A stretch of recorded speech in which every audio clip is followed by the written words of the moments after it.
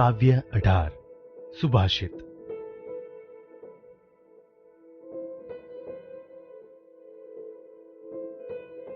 બાળ દોસ્તો, સુભાષિત એટલે સરસ રીતે કહેવાયેલો નીતિ વિચાર।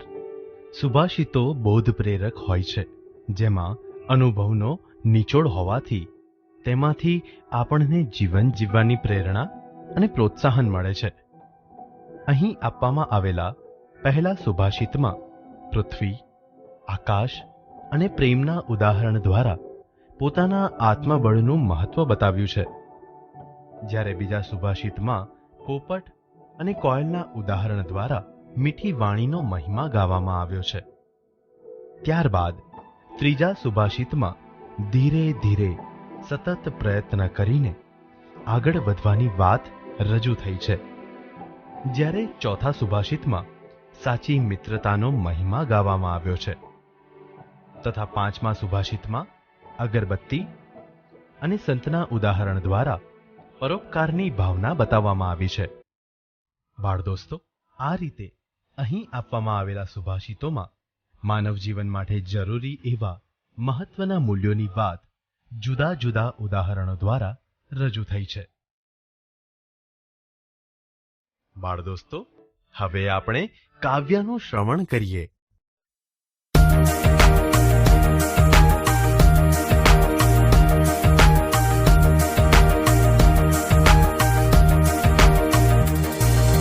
પૃથ્વી સમો નહીં બેસણું, આભ સમો નહીં છત્ર, પ્રેમ સમે નહીં માધુરી, આપ સમો નહીં મિત્ર।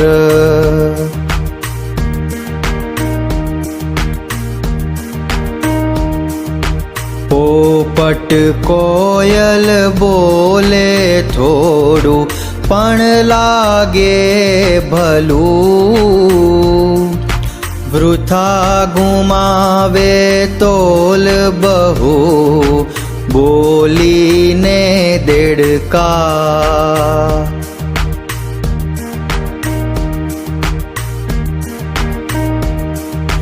ભણતા પંડિત નિપજે, લખતા લહિયો થાય, ચાર ચાર ગાઉ ચાલતા, લાંબો પંથ કપાય।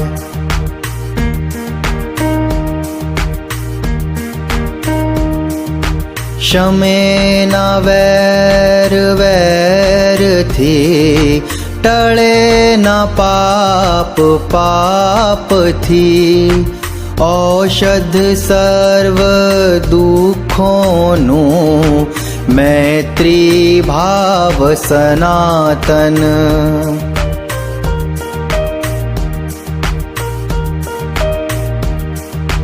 જલાવી જાતને ધૂપ, સુવાસિત બધું કરે, ઘસી જાતને સંતો, અન્યને સુખિયા કરે।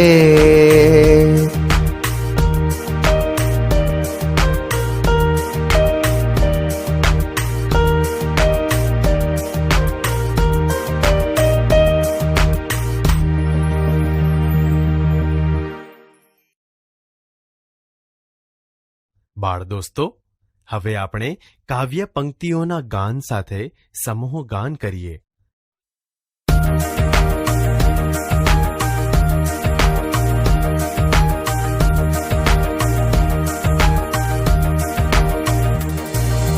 પૃથ્વી સમો નહીં બેસણું, આભ સમો નહીં છત્ર, પ્રેમ સમે નહીં માધુરી, આપ સમો નહીં મિત્ર।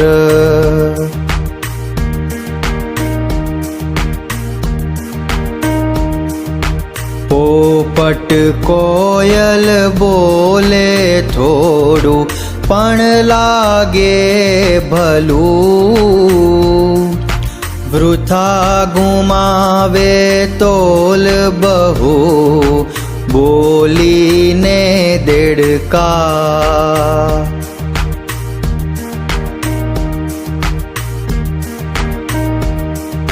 ભણતા પંડિત નિપજે, લખતા લહિયો થાય. ચાર ચાર ગાઉ ચાલતા, લાંબો પંથ કપાય.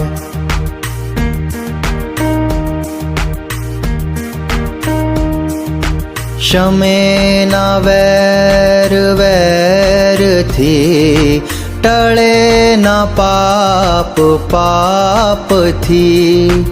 ઔષધ સર્વ દુઃખોનું, મૈત્રી ભાવ સનાતન.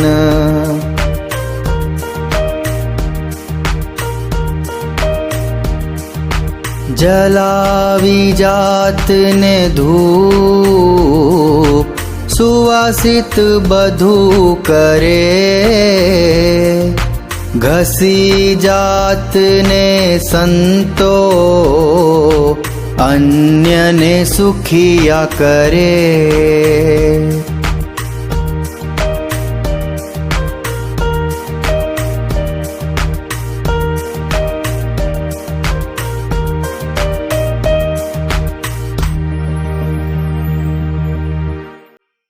બાળ દોસ્તો, હવે આપણે કાવ્ય પંક્તિઓ વાંચીને સમજીએ.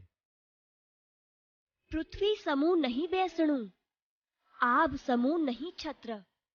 પ્રેમ સમી નહીં માધુરી, આપ સમો નહીં મિત્ર. સમજૂતી. પૃથ્વીના જેવી બેઠક બીજે ક્યાંય નથી. આકાશ જેવું રક્ષણ કરનાર છત્ર બીજે ક્યાંય નથી. પ્રેમના જેવી મીઠાશ બીજે ક્યાંય નથી. પોતાના આત્મા જેવો મિત્ર બીજે ક્યાંય નથી. પોપટ કોયલ બોલે થોડું, પણ લાગે ભલું. વૃથા ગુમાવે તોલ, બહુ બોલીને દેડકા. સમજૂતી. પોપટ અને કોયલ જેવા પક્ષીઓ થોડુંક જ બોલે છે, પણ તેમની વાણી આપણને સારી લાગે છે. જ્યારે દેડકા જેવા પ્રાણીઓ ડ્રાઉ ડ્રાઉ એમ ઘણો અવાજ કરીને પોતાની જાતે જ પોતાની કિંમત ગુમાવે છે. એટલે કે બહુ બોલ બોલ કરતા દેડકા જેવા પ્રાણીઓ કોઈને પસંદ હોતા નથી. ભણતા પંડિત નિપજે, લખતા લહિયો થાય. ચાર ચાર ગાઉ ચાલતા, લાંબો પંથ કપાય. સમજૂતી. સતત ભણતા રહેવાથી પંડિત થવાય છે. સતત લખતા રહેવાથી લહિયો થવાય છે. રસ્તા પર ધીમે ધીમે ચાલતા રહેવાથી લાંબો રસ્તો પૂરો થાય છે. આમ આ રીતે કોઈ પણ કાર્યમાં સતત પ્રયત્ન કરતા રહેવાથી હંમેશા સફળતા જ મળે છે. શમેના વેર વેરથી, ટણેના પાપ પાપથી. ઔષધ સર્વ દુઃખોનું, મૈત્રી ભાવ સનાતન. સમજૂતી. વેરની સામે વેર રાખવાથી વેર ક્યારેય શાંત થતું નથી. પાપની સામે પાપ કરવાથી પાપ કદી ઘટતું નથી, વધતું જ રહે છે. આ બધા જ દુઃખોની એકમાત્ર દવા છે મિત્રતાનો ભાવ, જે હંમેશા વેર અને પાપ કરવાથી આપણને બચાવે છે.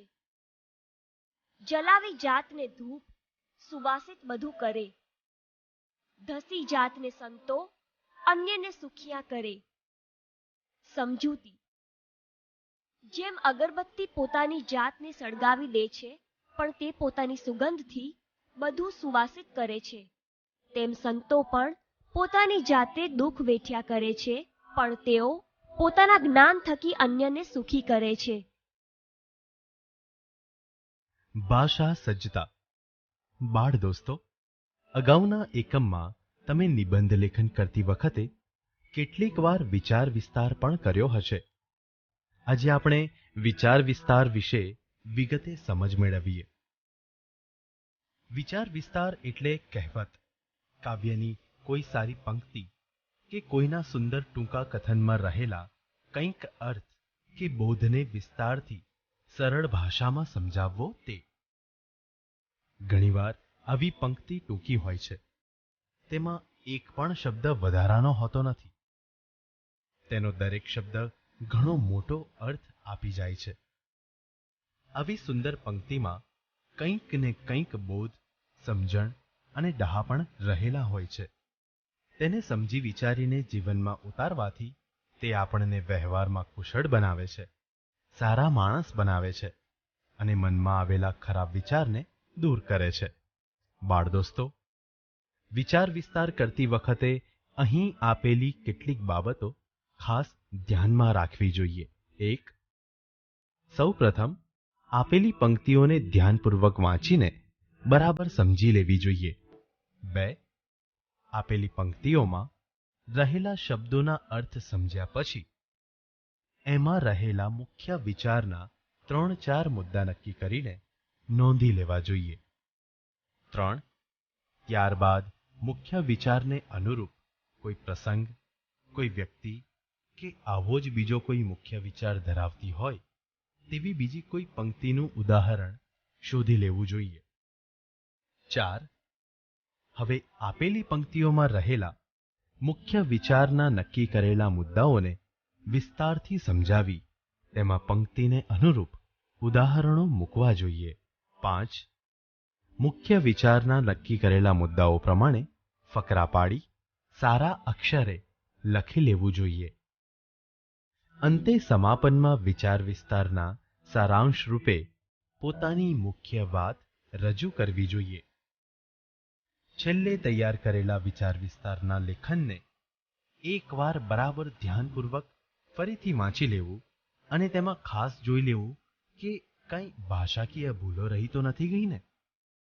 જો રહી ગઈ હોય તો તે તરત જ સુધારી લેવી જોઈએ. બાળ દોસ્તો, અહીં દર્શાવેલી વિગતો ધ્યાનમાં રાખીને હવે તમે પણ તમારી વર્કશીટમાં આપેલી પંક્તિનો વિચાર વિસ્તાર કરી શકો છો.